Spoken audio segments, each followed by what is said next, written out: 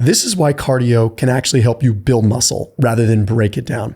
I've got Nick Bear here. We're going to break down the science. We're two guys that like to run and we like to lift. So Nick, what's the first one that you've got? The first one is having an elevated baseline through adaptations of training. And as we talked about previously today, I remember when I first started running, seriously running, it was around 2020, shortly after I got out of the military, trained for a few marathons, but actually started increasing running volume. And what I remember is up until this point, I was strictly a strength athlete focused on hypertrophy, putting on size and strength. And when I started increasing running mileage, I did notice a change in my body composition of potentially and possibly losing some size and some mass. But as I continued to run regularly and increase running volume, as well as support that through resistance training and hypertrophy, I started building muscle on top of that. So what ended up happening was my body got acclimated to that type of stimulus and volume and actually became my norm. Interesting. So it's almost as though rather than your body freaking out and breaking down muscle every single time that you do any form of cardio, which is what a lot of people think is going to happen, your body got so adjusted to it that it didn't freak out. You've basically increased this level of baseline so that when you do go run, your body sees it as status quo and it's nothing to freak out about. Right. Like right now I'm running roughly 30 miles a week. And from my subjective feeling and kind of what I've observed, like that is baseline for me. My body knows and understands very well 30 miles a week. So anything on top of that is building for me. The downside with macadamia nuts, they're expensive, but House of Macadamia has the best prices that you're gonna find. Plus that link down below will save you 20% off your entire order. And you get a free box of Namibian sea salt macadamia nuts. Not just a bag, an entire box of them. So a huge value, plus 20% off whatever you want from their site. Now, additionally, they have these sugar-free chocolate-covered macadamia nuts. So they have white chocolate and regular chocolate, and there's no sugar in them. We're talking totally keto-friendly, so you can have macadamia nuts that are dipped in chocolate without the guilt. So that link down below saves you 20% off your entire order, plus a free box of macadamia nuts. And you know that you're doing good because you're helping benefit the farmers in South Africa. So a tremendous deal only for the people that watch my videos. Down below, just below this video. Now, interestingly enough, when I was watching you doing your marathon prep like last year, you may look in the mirror and be like, oh shoot, I lost a lot of muscle. From the outside perspective, you didn't even lose that much muscle and you were training like an animal, running a ton, way more than most people would ordinarily run. So, I can say from the outside in, how many miles were you putting in at that point? During that peak marathon build, it was upwards of 70, 75 miles a week. Yeah, and you were almost purposely trying to lose weight then, right? I was trying to lose weight and I was trying to lose muscle. Yeah. I was pulling away resistance training. It's funny because I wanted to lose muscle. I wanted to lose weight to be faster and more efficient. And I did lose some size through that process. But it's so crazy how fast that comes back too. As soon as you start incorporating more resistance training, reducing running volume and adding some more calories back in, it comes back very quickly. It does come back super quick. Well, the next reason that I have on my end, like why you don't actually start just completely deteriorating, breaking down muscle when you run, is you have a pretty significant increase in overall blood volume. And people don't always think about this. So whenever somebody comes to me and says, oh, you're going to lose all your muscle if you start increasing your running distance, your mileage, the reality is that I actually attribute my endurance work to one of the reasons why I can retain muscle so well. And a lot of it has to do with nutrient delivery. A lot of it has to do with blood flow. You have what's called tissue perfusion. Now, for those watching, tissue perfusion is where you have more blood getting into the tissue. Okay, so the more cardio type movements that you do, you actually create more capillary density. You create more capillaries. So you are getting more blood into the nooks and crannies of your tissue. This helps with protein delivery. It helps with oxygenation, which not only helps you run better because it's an adaptation, but it also helps you lift better. You get potentially better pumps. You get potentially better nutrient delivery. I think all of us are seeking that. It's why we take pre-workouts sometimes. We want that pump and we want that potential nutrient delivery. So one of the natural ways to get that is by doing more cardio and doing more running. I've noticed that myself on days that I do run and not run 10, 11, 12 plus miles, but I'm running 3 to 7 miles. I can tell a big difference in blood flow and the pump I get during my strength training session later in the afternoon, as opposed to days where I don't run. Yeah. With the caveat being, as long as you're adequately hydrated. I think that's a big piece too, is, you can only increase blood volume if you're hydrated. So if you are running first thing in the morning and you lift in later in the day, you just want to hydrate up. What's the next one you got? Next one is that running volume can't be ignored. Running volume in terms of distance and duration. This is something you and I talked about earlier, where there's potentially a point of diminishing return while running if you're trying to build size, build strength, or maintain some sort of body composition. I've noticed this myself with self-experimentation, where for me, the sweet spot is 20 to 30-ish miles a week. Anything over that, I start to notice that it begins to affect my strength training, potentially body composition, muscle mass, and just the effectiveness of my strength workouts. But there is a point of diminishing returns where, yes, we're talking about how running doesn't burn up muscle, but if you're running 100, 120 miles a week, yes, that is a point of diminishing return where you will start to see and feel the effects of cardio training. Yeah, no, that makes complete sense. And it's also just, there's only so much energy you have in a given day, right? It's, if you're putting so much effort into running, something has to give. I mean, eventually priorities are going to fall into place, and resistance training is going to potentially take a backseat too. So there's almost a psychological piece that goes there too. So it's kind of a, what do we always say? Feed the stallion, starve the pony. It's like, if you feed what you really want to grow, and as long as resistance training remains a priority, it doesn't sound like it's ever really an issue for you. No, I mean, it's personally never been an issue for me as long as I'm monitoring that running volume. Now there's chapters and seasons of my life where I'm training for something more intense, like an ultra marathon or a marathon. That becomes a priority of training. But then again, that's seasons and chapters of training in life. And I'm a big proponent of, there's certain periods of my life where I'm emphasizing certain training goals. Sometimes I'm more focused on building muscle and body composition. Like I just finished this bodybuilding, show this past weekend. And there's other seasons and chapters of my life where I'm focused on a marathon goal, a PR. And that prioritizes training, which then does have, consequences and effects to other performance and body composition goals. But it's a season and chapter I'm in. Yeah, definitely.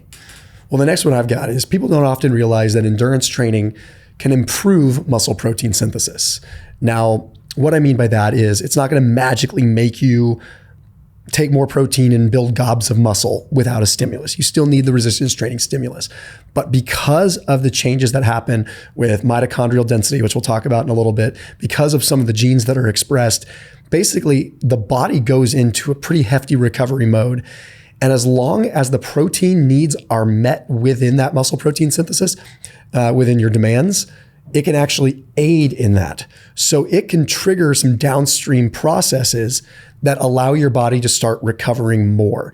Now, what does that really look like? Well, it means as long as you are not overdoing the running, or in any case, cardio is going to aid in the protein doing its job and actually rebuilding what is broken down from both the running and from the lifting, independent of one or the other. So protein synthesis from lifting is great. Sure, you're going to trigger this need for protein. Protein synthesis from cardio is great. You're going to need protein to recover from cardio. Combine them together and it's a double whammy. I mean, it doesn't 2x, but they definitely piggyback on top of each other. But one thing that people have to remember is that protein is needed for recovery from endurance work, just like it is from resistance training. So if you're eating the same amount of protein that you would be from resistance training and you're doing cardio on top of that, you probably need to increase the protein a little more because you still have a demand there too. The next reason is that cardiovascular conditioning will support muscular endurance through the resistance training. I have found this with so many people that I have trained with. I mean, you and me just got done with a workout and we were talking about this. I remember back before I started running, for me to get through a big resistance training workout, I was taking a lot of time in between sets. I was smoked towards the end of it. once I incorporated running, I was more effective and more efficient through my workouts. I needed less rest in between sets. I could incorporate supersets in drop sets. I was more effective with AMRAPs and Metcons. So it made me more effective and more efficient during my resistance training by being more cardiovascularly trained.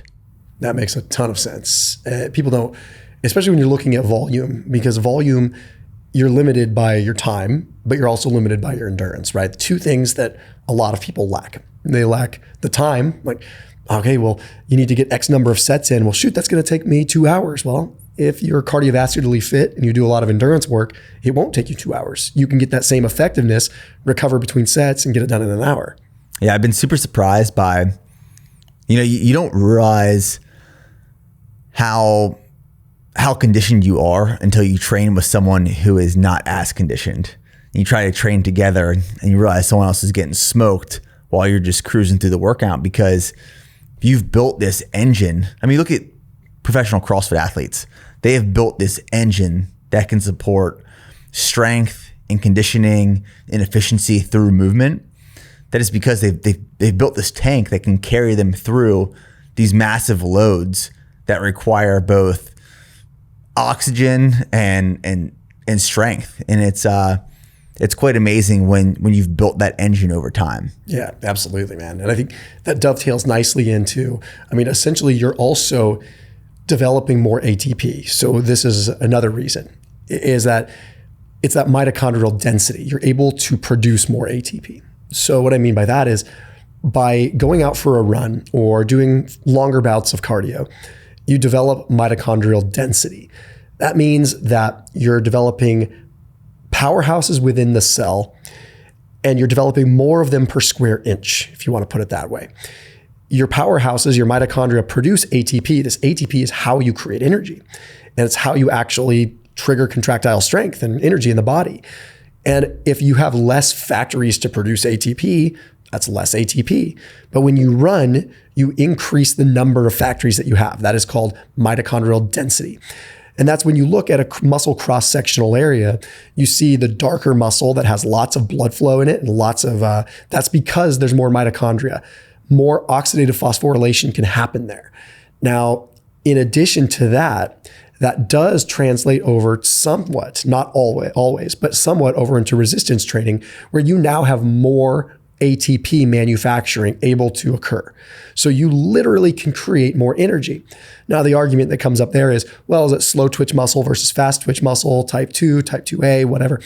And that's where there's nuance. There's absolutely nuance there. Running can develop a specific muscle fiber that may not be as good for resistance training, but it can still be good for resistance training in those higher rep situations or those fatiguing sets when you're towards the end and you're just dropping sets or you're trailing off with your reps. So the bottom line is it does cross over as far as energy demand is concerned. Well, the last reason I have, and it might seem pretty obvious, but you need a stimulus. And I've seen this time and time again where, just like myself, I started in a resistance training, bodybuilding, hypertrophy, and strength background. And then I started incorporating running into my programming. And what happens with a lot of people that experience this quote unquote burning of muscle is they come from this resistance training background. They start adding on some sort of cardiovascular training or running, but they don't maintain that stimulus of strength. So they either are going into the gym and they're not putting forth the effort and the stimulus that they previously were putting forth, or they're just not training for strength anymore at all. Obviously, if you don't apply that stimulus at that same effort and volume, you're going to lose what you build over time. So it seems pretty straightforward, but you have to maintain that stimulus to maintain that muscle. That makes absolute sense. And with that stimulus comes all kinds of different benefits. And the same thing with endurance training as a stimulus. I think people, they look at one side, they don't look at the other, right? Or maybe they don't push themselves hard enough in one category or the other. And I've come from the school of thought of pushing myself hard in both categories and just periodizing appropriately.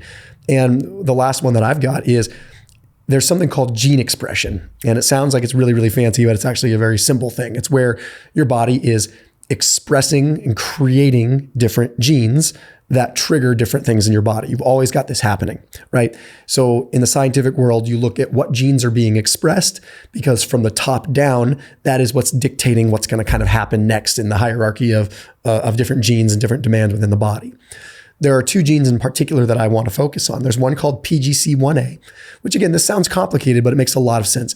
PGC1A is the primary driver for mitochondrial biogenesis, which means creating more mitochondria, just like I last mentioned.